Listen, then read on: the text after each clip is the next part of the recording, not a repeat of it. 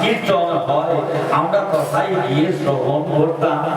নিষ্পদ পদ চিন্তা, বাক্য চিন্তা চতুষ্পদ, দেবতা মানব চিন্তা। আর আমরা সুদুর্লভ মনুষ্য জন্ম লাভ করে মানব চিন্তা সদা সুখ। নিষ্পদ পদ চিন্তা অর্থাৎ তরু বৃক্ষ লতা পাতা এরা মনে করে আমরা যদি পদ পেতাম তাহলে যেখানে হরি কথা হয়, হরি গুণানুগুণ কীর্তন হয়, আমরা অবশ্যই সেখানে যেতাম। বাক্য চিন্তা চতুষ্পদ। আর চতুষ্পদ প্রাণী যারা, বিশেষ করে 84 লক্ষ যোনির মধ্যে পশু জন্ম, এই পশু জন্মের মাঝখানে আবার শেষ জন্ম গরুর জন্ম, গো জন্ম। এই গরুদের মনের মাঝখানে ভাবনা জাগে, বাসনা জাগে যে যখন ব্রজেন্দ্রনন্দন কৃষ্ণ এসেছিলেন তিনি তো আমাদেরকে লয়ে খেলা করেছেন, কিন্তু আমাদের মুখে যদি আমাদের ধ্বনি থাকতো, আওয়াজ থাকতো, তাহলে গোবিন্দের ওই রাখালদের সাথে যেমন ভাবে গোবিন্দ খেলা করতেন আমরাও হই হই রই রই করে চিৎকার করতাম। শুধু তাই নয়, কৃষ্ণের সাথে হয়তো কৃষ্ণ কথাও বলতাম, আমাদের জীবন হতো ধন্য। তাই বাক্য চিন্তা চতুষ্পদ। এরা চিন্তা করে আমরা বাক্য বেড়ে আমরা হরি কথা বলতাম, কিন্তু তা তো হলো না। দেবতা মানব চিন্তা, দেবতারাও চিন্তা করে আমরা যদি মানব হতাম, ভগবান এই 28তম মন্বন্তর এই কলিযুগে যিনি গৌর হরি হয়ে এলেন, মানুষের সাথে কোন ভগবান যে কর্ম করেনি, ভগবান শ্রীকৃষ্ণ তিনিও দাপর যুগে বলেছেন যে যথা মাম প্রপদ্যন্তে তাং তথৈব ভজাম্যহম মম বর্তানুবর্তন্তে মনুষ্যা পার্থ সর্বস্ব। যে যেভাবে আমাকে ভজনা করে আমি ঠিক সেইভাবে তাকে অনুগ্রহ করি। অর্থাৎ ভজনা করার ক্ষমতা দাপর যুগেও ছিল, যে যেভাবে। কিন্তু কলিযুগে তো তা নয়। কলিযুগে অবতারের সার এমনই আগে অবতরী এলেন গৌর হরি রূপে, যে চাইলো সেও পেল, যে না চাইলো সেও পেল। খুব চিন্তা করে দেখুন, যে চাইলো সে পেল, যে না চাইলো সেও পেল। এমন কথা বলছি কেন আজ ভাগবত পাঠের আসলে? যারা বাবা ধর্ম বিধর্মী, যারা বিধর্মী, হয়তো অনেকেই বলে ওই দেখো সনাতন ধর্মাবলম্বী যারা, যারা হিন্দু, এদের কোনো কাজ কর্ম নাই। 8 প্রহর ধরে, 64 প্রহর ধরে, দীর্ঘ 4 দিন 5 দিন ধরে এরা যেন হরে কৃষ্ণ নাম করছে। খুব চিন্তা করে দেখুন, এরাও শুনতে চায় না অথচ শুনছে। তারা বলে এর নাম শুনলে দোজাখে যেতে হয়, জান্নাত পাওয়া যায় না। কিন্তু নামের এমনই মহিমা, ওই নাম শব্দ ব্রহ্ম, এই নামের মাঝখানে এই কৃষ্ণ ক রি মূর্ধাংশ মূর্ধান্য কৃষি ভূবাচক শব্দ নস্য নিবৃত্তিবাচক। হৃদয় ক্ষেত্র, প্রত্যেক জীবের হৃদয় ক্ষেত্র কর্ষণ করে তাকে আনন্দ দান করান তিনি হচ্ছেন কৃষ্ণ। যারা নাম করতে চায় না, হয়তো বা শুনেছে, তারা আপনা আপনি প্রেমের মাঝখানে অবগাহন করবেই করবে। এটা আমার এমনই প্রেমাবতার গৌর হরি, তিনি এসে সিদ্ধান্ত দিয়ে গেলেন এবং তিনি যেন বললেন ওরে পৃথিবীতে যতই আছে নগরাদি নাম, পৃথিবীতে যতই আছে নগরাদি নাম, পৃথিবীতে যতই আছে নগরাদি গান, পৃথিবীতে যতই আছে নগরাদি গান, সর্বত্রই প্রচারে হবে মধুর হরিনাম। হরে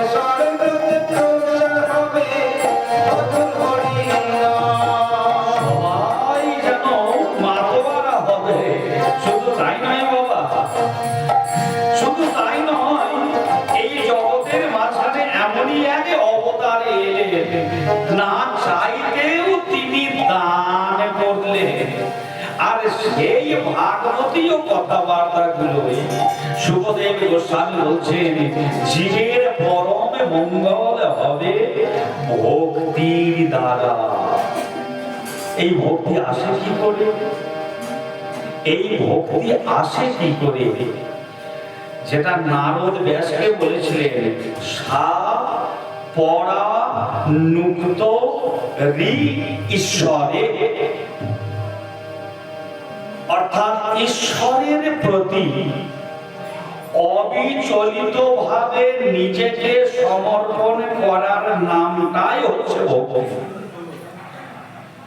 সুখদেব গোস্বামী তিনি আবার বলছেন,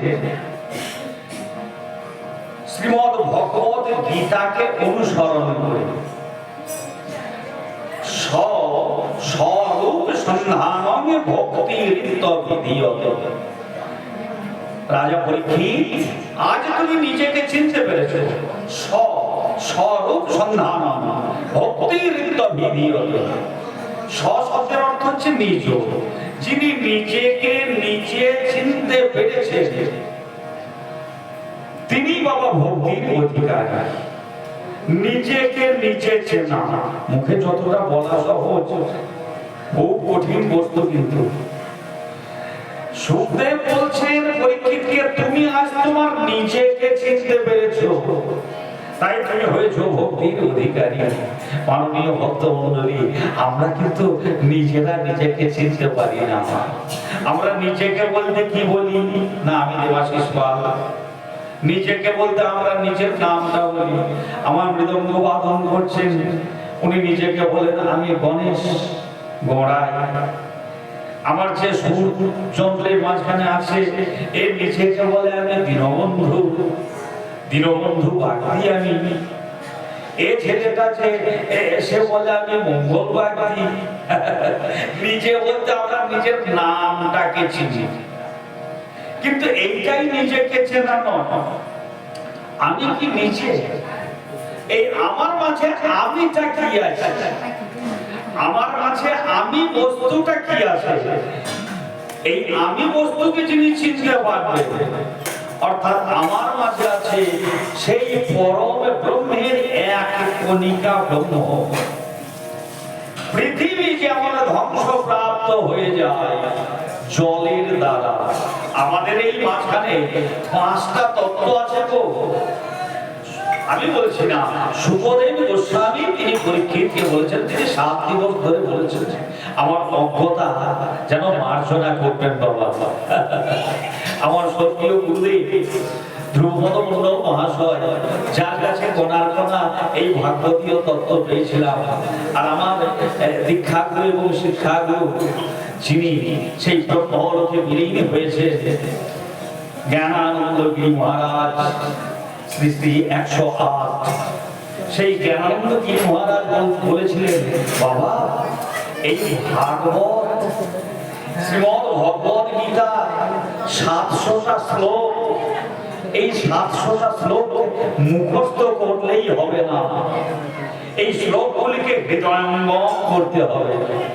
আর হৃদয়ঙ্গম করলে তখন তুমি বুঝতে পারবে তোমার মাঝখানে কে তুমি বিদ্যমান আছো। তখনই তুমি বুঝতে পারবে পরমে ব্রহ্ম যিনি পরমাত্মা, সেই পরমাত্মারই এক কণা বিরাজ করছে তোমার হৃদয়ের মাঝখানে, এবং প্রত্যেকের হৃদয়ের মাঝখানে প্রত্যেকের অন্তরে অন্তরে জানি অভ্যন্তরূপে স্বয়ং ভগবানই আছেন বিরাজমান। তখন তুমি দেখবে তোমার সামনে যেন বসে আছেন রাধা গোবিন্দ লীলা বিগ্রহধারী যতজন। একটা খুঁটি যদি দেখো, ধূপবাতি যদি দেখো, প্রদীপের শিখা যদি দেখো, এর মাঝখানেই যেন সেই গোবিন্দ বিগ্রহ তুমি দর্শন করবে। যে কথাটা রায় রামানন্দকে স্বয়ং মহাপ্রভু বলেছিলেন, কৃষ্ণময় কৃষ্ণ ভিতরে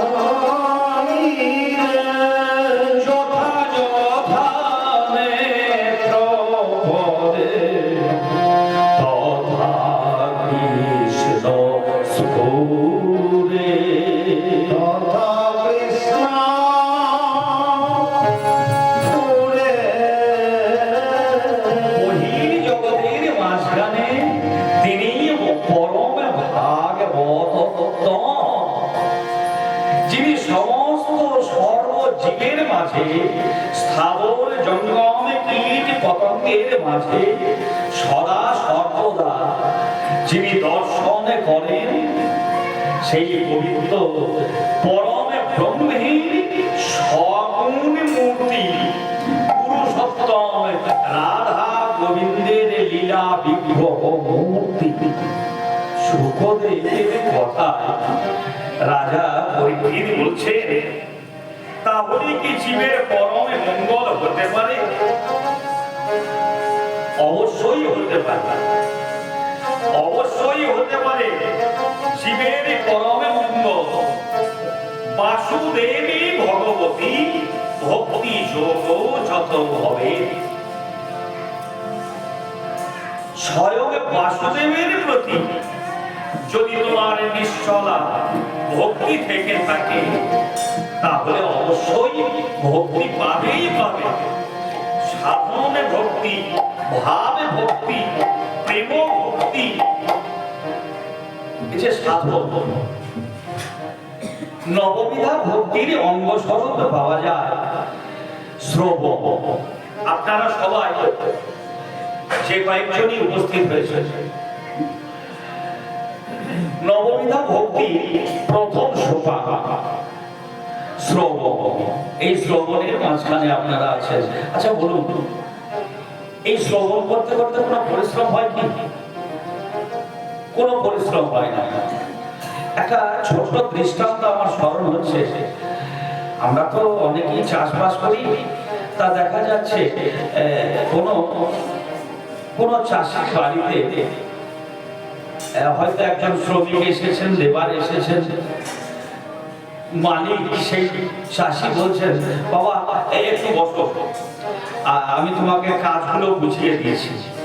এই বলে তিনি বলছেন কি একটা, যাই হোক তিনি আবার অন্য কাজেও ব্যস্ত থাকেন, মোবাইলে একটা ফোন রিসিভ করে তিনি আবার ঘর থেকে বেরিয়ে চলে গিয়েছেন।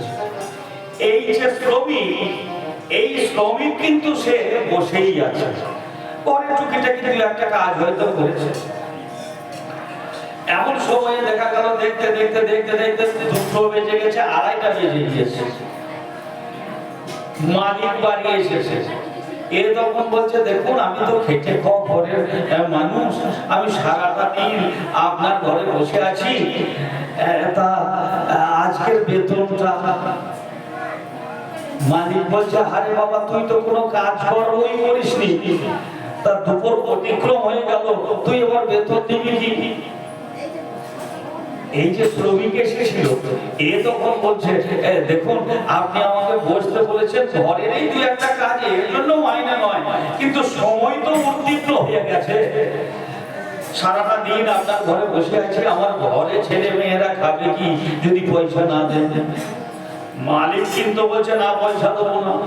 মাননীয় ভক্তমণ্ডলী, এমন কথা আমি বলছি কেন? পাশাপাশি 2-4 জন বয়স্ক মানুষ এসে বলছে, দেখো তুমি তো একে সারা দিনটা তোমার ঘরে বসিয়ে রেখেছো, তোমাকে কিন্তু এর ন্যায্য বেতনটাই দিতে হবে।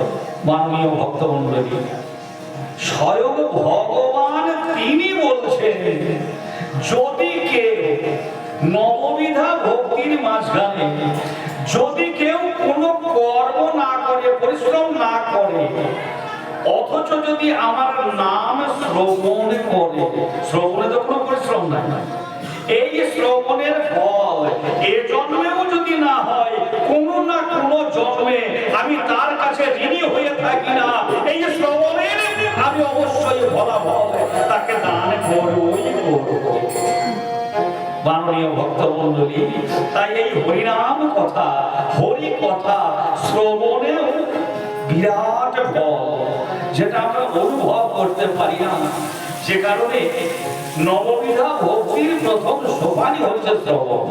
শ্রবণং কীর্তনং বিষ্ণু শরণং পদ সেবনং অর্চনং বন্দনং দাসং সক্ষম আত্মনিবেদনং।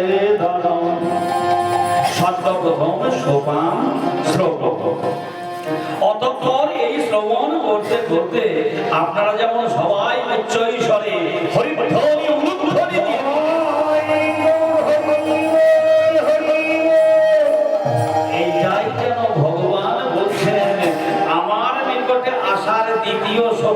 কীর্তন। আর এই কীর্তন করতে করতে হবে কি না বিষ্ণু স্মরণ। কীর্তন করতে করতে মনে হবে সে যেন নবনীরদনেন্দিত কান্তি ধরন, নবনীরদনেন্দিত কান্তি ধরন, নবনীরদনেন্দিত কান্তি ধরন, রস সাগর নাগর ভূগবর, রস সাগর নাগর ভূগবর, ভূমি সংগীত ভঙ্গিম শত্রুঘ্ন, ভূমি সংগীত ভঙ্গিম শত্রুঘ্ন, ভজ কৃষ্ণ নিধি ভজ রাজসূদা, ভজ কৃষ্ণ ভক্তি রাজসূদা, ভজ কৃষ্ণ নিধি ভজ রাজসূদা, ভজ কৃষ্ণ নিধি ভজ রাজসূদা। যেমনই স্মরণ হবে, স্মরণ হওয়ার সাথে সাথে মনে হবে হে গোবিন্দ, তোমার ওই চরণে, যে চরণে তুমি ঊনবিংশতি ভক্তকে তোমার চরণের মাঝে ঠাঁই দিয়েছো, তোমার ওই চরণ আমি বন্দন করব কেমন করে। অতঃপর গোবিন্দের প্রতি ভক্তি আস্তে আস্তে হৃদয়ের মাঝে ভাব জাগবে, প্রভু তুমি যে বিরাট, আমি তোমার দাস। আরে যেমনই এই দাস মনের ভাব জাগবে, গোবিন্দ পূরণে করেন অভিলাষ।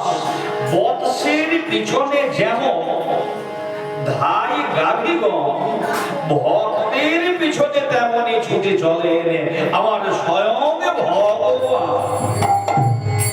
একটা বাছুরের পিছনে যেমন বাছুরের মা গায়ে ছুটে যায়, ঠিক অনুরূপ ভাবে ভক্ত যদি দাস হতে চায়, ভগবান তিনি আরো একটু কাছাকাছি এসে তাকে সখা করে দেন। ভক্ত তখন বলে, প্রভু প্রভু তোমারই সঙ্গে মধুর রঙ্গে খেলিতে নেবে গো কবে আমার, প্রভু তোমারই সঙ্গে মধুর রঙ্গে খেলিতে নেবে গো কবে আমার, প্রভু তোমারই সঙ্গে মধুর রঙ্গে খেলিতে নেবে গো কবে আমার, তোমার মধুর ভাবেতে প্রেমের খেলাতে, মধুর ভাবেতে প্রেমের খেলাতে, তোমার মধুর ভাবেতে প্রেমের খেলাতে, মধুর ভাবেতে প্রেমের খেলাতে হারিয়ে যাব গো অবলীলা, তোমার সঙ্গে মধুর রঙ্গে খেলিতে নেবে গো কবে আমায়, প্রভু তোমার সঙ্গে মধুর রঙ্গে খেলিতে নেবে গো কবে আমায়। হে দয়াময়, যখন এই ভক্তি ভাব জাগবে তখন তো তিনি তার দাস, এদের কোনো কিন্তু অভাব হয় না। কিন্তু চিন্তা করে দেখুন বাবা, এই জগতে চতুর, আমরা চতুর কাদের বলি, যার বাবা 1 টাকা থেকে তিনি হয়তো তার ধন ঐশ্বর্য বাড়িয়ে বাড়িয়ে 10,000 টাকা করেছেন, তাকে আমরা বলি চতুর। কিংবা হয়তো দেখা গেল কেউ 1 টাকা মূলধন হয়ে হয়তো বিরাট ঐশ্বর্য কোটিপতি হয়েছে, তিনি এই পৃথিবীতে ধরাকে সরানোর মনে করে। কিন্তু তার একদিন জরা এলো, তার ব্যাধি এলো, তার ছেলেরা তাকে আর দেখে না, তিনি বিছানাতে মল মূত্র ত্যাগ করে পড়ে আছে। কোটি টাকার মালিক, সে নিজেকে একদিন চতুর ভাবতো, কিন্তু চতুর তো তারা যে কৃষ্ণ ভজ সে বড় চতুর। এই ভদ্রলোক যিনি বিছানাতে পড়ে আছেন, এখনকার অধিকাংশ সন্তানেরাই বলে আরে এই পুরো নিজেও জ্বলছে, হ্যাঁ একদিন আবার আমাদেরকেও জ্বালাচ্ছে। জমেরও যেন অরুচি হয়েছে গো, ওটা আমাদের এই ঘরটা যেন অপরিষ্কার দুর্গন্ধময় করে দিল। পুরো নিজে যদি মরে তাহলে আমাদেরকে বাঁচিয়ে দিয়ে যায়। অধিকাংশ সন্তান এখনো কথা বলে, যিনি নিজে জীবনে কোনো কৃষ্ণ কথা বলেননি, চতুর হয়ে থেকে কোটি কোটি টাকা উপার্জন করেছেন, নিজের স্ত্রীর মনোরঞ্জন করেছেন, নিজের পুত্র কন্যা নিজের আত্মীয় স্বজনের ভরণ পোষণ করেছেন, কৃষ্ণের প্রতি মনে যায় না। আজ তার এহেন অবস্থা। যদি সৎ পুত্র কন্যা হয় তখন হয়তো তারা বলবে হে গোবিন্দ, গোবিন্দ হে, আমরা তো আর আমার এই পিতার আমার এই পিতার ব্যাধির ভার নিতে পারছি না, তবে তুমি তো জগন্নাথ, যদি কৃপা করে তুমি ওনাকে মুক্তি দাও। এইরকম ভাবে যারা ভালো ছেলে মেয়ে, তবে এটা বড় অভাব। এই বিছানায় শুয়ে শুয়ে মনে মনে ভাবছে, প্রতিবেশী আমি কাউকে বলি আমাকে তোমরা একটু দেখবে, আমি তোমাদেরকে 10 লক্ষ টাকা দান করবো। মাননীয় ভক্তমন্ডলী চিন্তা করো, নিজের ছেলে মেয়ে দেখে না, প্রতিবেশী কি এর ভার গ্রহণ করবে? বিছানায় শুয়ে শুয়ে এ যদি মনে মনে ভাবে জীবন ব্যতীত আমি গোবিন্দের নাম কীর্তন করিনি, তবে এই অন্তিম সময়ে কবে যে আমি চলে যাব পৃথিবী থেকে। জগন্নাথ, তোমাকে তো সবাই জগন্নাথ বলে, তুমি যে নাথ, জগতের প্রভু, আমি তো জগৎ ছাড়া নয়। আমি যদি তোমার কাছে অপরাধ করে থেকে থাকি, তুমি যে বিশ্বের পিতা, বিশ্বের চালক, বিশ্বের প্রভু, তুমি কি আমাকে গ্রহণ করবে না? চোখের জলে ভাসতে ভাসতে যদি সে তখন এভাবে বলে, গোবিন্দ অবশ্যই তাকে কৃপা করে দেব। তাই তো সে যদি বলে, প্রভু অর্থ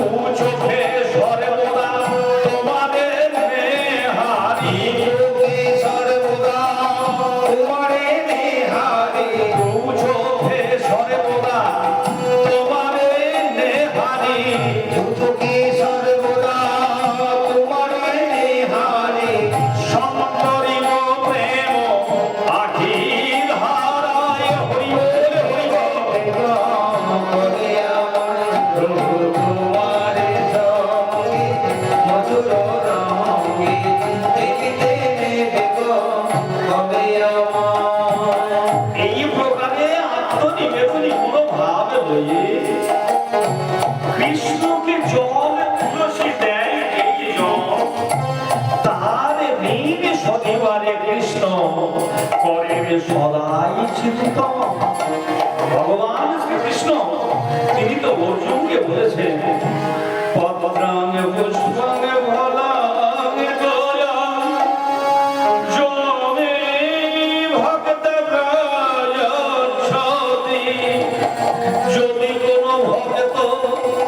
তাহলে আত্মনিবেদিত ভাবে হয়ে আমার চরণে তুলসীর পত্র দেয়, আমিও চিন্তা করি কেমনে তার দিন শোধ করিতে পারি, কেমনে তার দিন শোধ করতে পারি। এই জড়াগ্রস্ত ব্যাধিগ্রস্ত মানুষ আসলে কি বলুন তো, আমরা মানব জীবনে সুখদেব গোস্বামী পরীক্ষিতকে বলছেন একটা প্রেয় আর একটা শ্রেয়। আমরা প্রেয়র আরাধনা করি বলে গোবিন্দের চিন্তন আমাদের মনে আসে না। প্রেয় কি? এই যে জগতের মাঝখানে আত্মসুখ, আত্ম ইন্দ্রিয় প্রীতি বাঞ্ছা, নাম ধরে কাম। আর শ্রেয়টা কি? কৃষ্ণ ইন্দ্রিয় প্রীতিবাঞ্ছা ধরে প্রেম নাম। আমরা কেউ কৃষ্ণ তুমি ভালো থাকো এ কথা আমরা কেউ বলতে পারি না। আমরা যেন স্বার্থ, নিজের স্বার্থের জন্য কখনো কালী পূজা করি, কখনো দুর্গা পূজা করি, কখনো আবার গোবিন্দেরও পূজা করছি। গোবিন্দ আমাকে এটা দাও, ওটা দাও, সেটা দাও বলে নিষ্কাম হয়ে গোপীদের ন্যায় গোবিন্দ তুমি কি ভালো আছো নিজেই জোড়া যন্ত্রণা ভোগ করছি। আর এই এত বড় বড় কথা মাননীয় ভক্তমণ্ডলী, তাই প্রেয়র ধারণা ত্যাগ করে যদি কেউ শ্রেয়র দিকে একবার মনটা যায়, গোবিন্দ তখন বলে ওরে ভয় নাই, ওরে ভয় নাই, আমি যে পুরুষোত্তম জগন্নাথ আমি আছি, শুনতে পাচ্ছিস? অন্তিম সময়ে প্রমাণ আছে, অজামিল নারায়ণ নারায়ণ বলাতে গোবিন্দের দূত এসেছিল, অজামিল আনন্দে যেন শুনেছিল। ওই মহাসুন্দর ওপার থেকে কি সঙ্গীত ভেসে আসে, প্রত্যেক ভক্তও তাই যেন শুনতে পাবে। পরীক্ষিত তাই গঙ্গার তীরবর্তী এলাকায় বসে বসে সুখদেবের কথা শুনছে আর ভাবছে ওই তো সিন্ধু ওপার থেকে কি সঙ্গীত ভেসে আসে, ওই পার থেকে কি সঙ্গীত ভেসে আসে। কে ডাকে কাতর প্রাণে আকুল হয়ে, আয় চলে আয় চলে আয় আমার পাশে মহাসিন্ধু ওপার থেকে কি সঙ্গীত ভেসে আসে। কে যেন বলে ওরে আয়, ওরে আয়, ওরে আয়, ওরে আয় রে ছুটে আয় রে তোরা, আয় রে ছুটে আয় রে তোরা, ভেখা নাই গো মৃত্যু নাই গো জোড়া।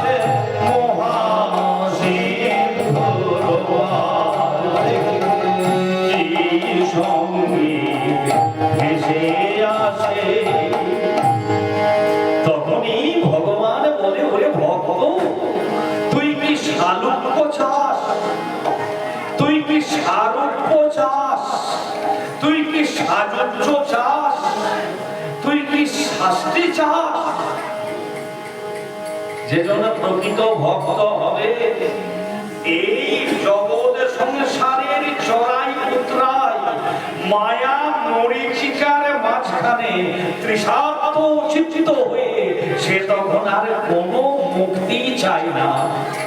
সে তখন কি চাই, প্রভু তোমার চরণে যেন আমাকে দেখে দিও দয়াময়।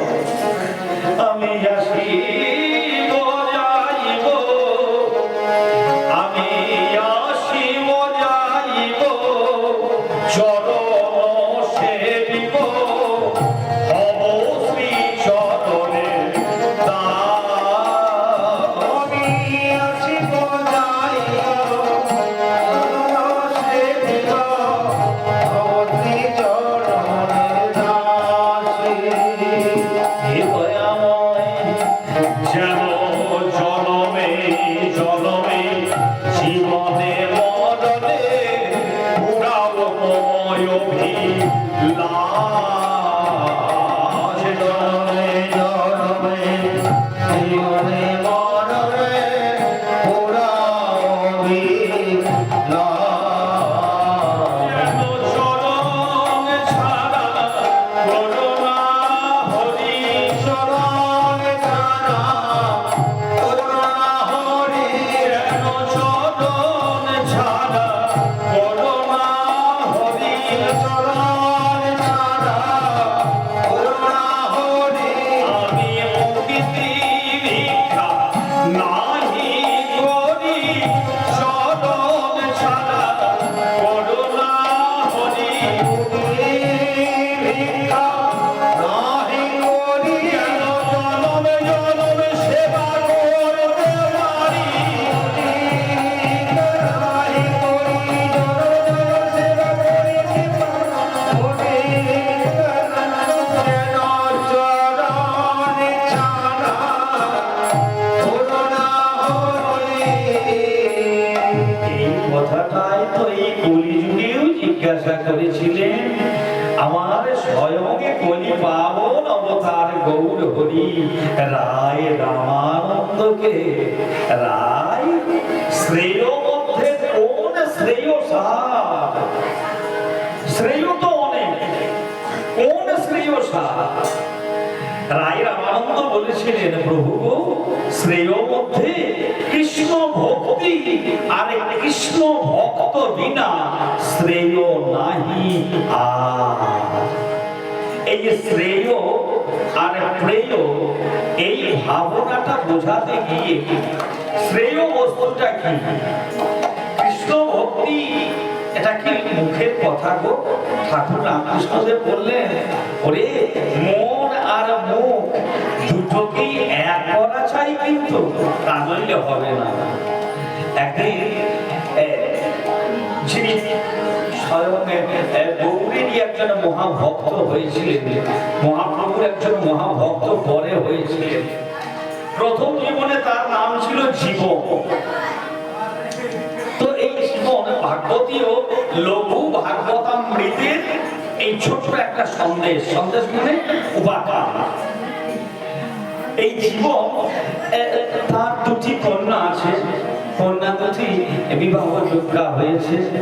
জীবন কিন্তু মনে প্রাণে বাবা শিবের ভক্ত। বাবা শিবের কাছে পূজা করে, শিবের কাছে প্রার্থনা করে, হে ভোলানাথ তোমার তো ঘরে স্বয়ং অন্নপূর্ণা আছে, আমার এই মেয়ে দুটির বিবাহ যোগ্যা মেয়ে দুটির পাত্রস্থ কেমন করে করবো, এর একটু বিধান তুমি দিতে পারো না? এর একটু বিধান কি তুমি দিতে পারো না ঠাকুর?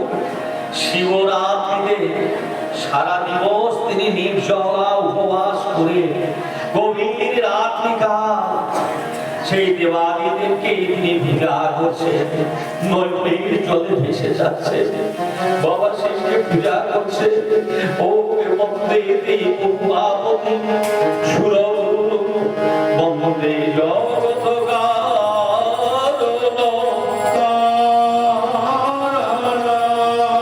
বন্দে বন্দে ভূষণ মৃগধর বন্দে পশুনাগে পতি বন্দে সূর্য শশাঙ্ক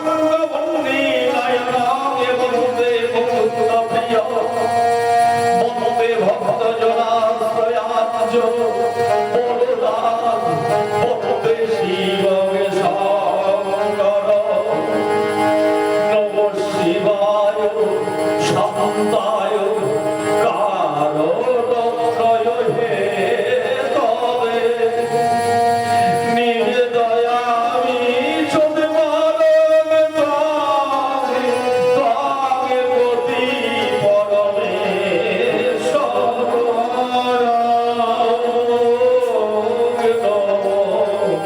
শিবায় এই রুদ্রদেব হে ভোলানাথ।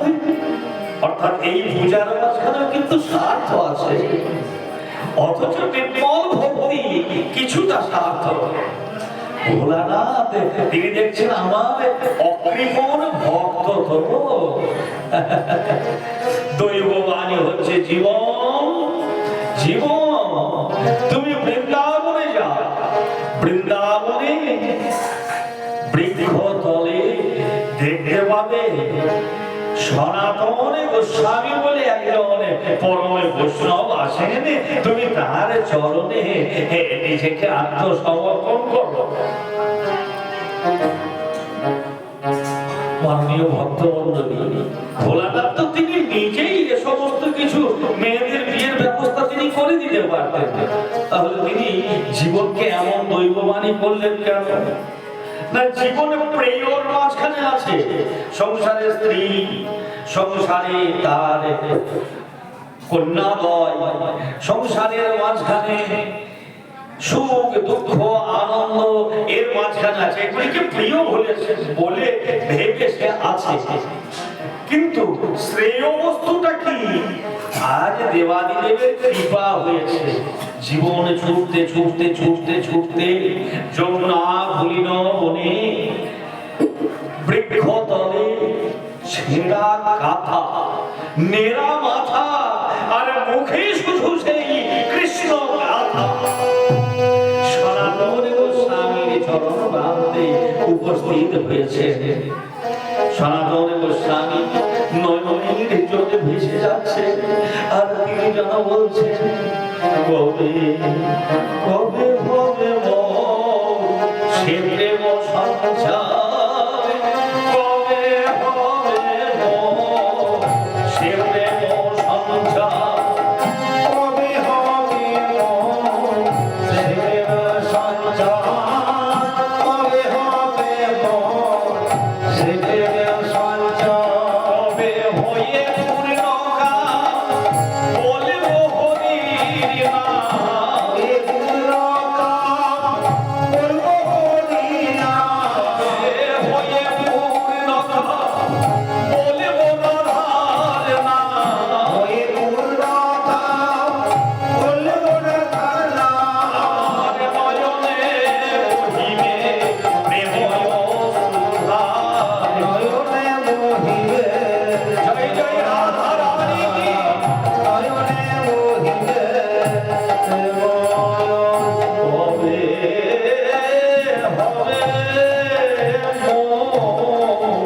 সে প্রেম সঞ্চার। কে কে কে তুমি?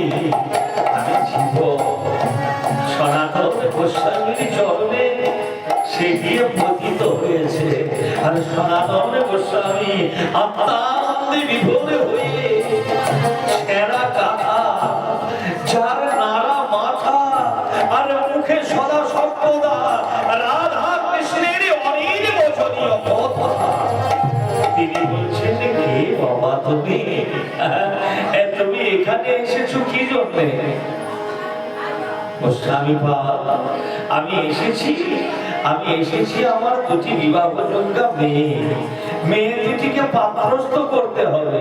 বাবা রে, যখন আমি দবির খাস ছিলাম, যখন আমি হুসেন সাহেব রাজ কর্মচারী ছিলাম, তখন যদি তুমি আমার কাছে যেতে, তখন হয়তো তোমার এই অভাব অভিযোগ আমি মিটিয়ে দিতে পারতাম।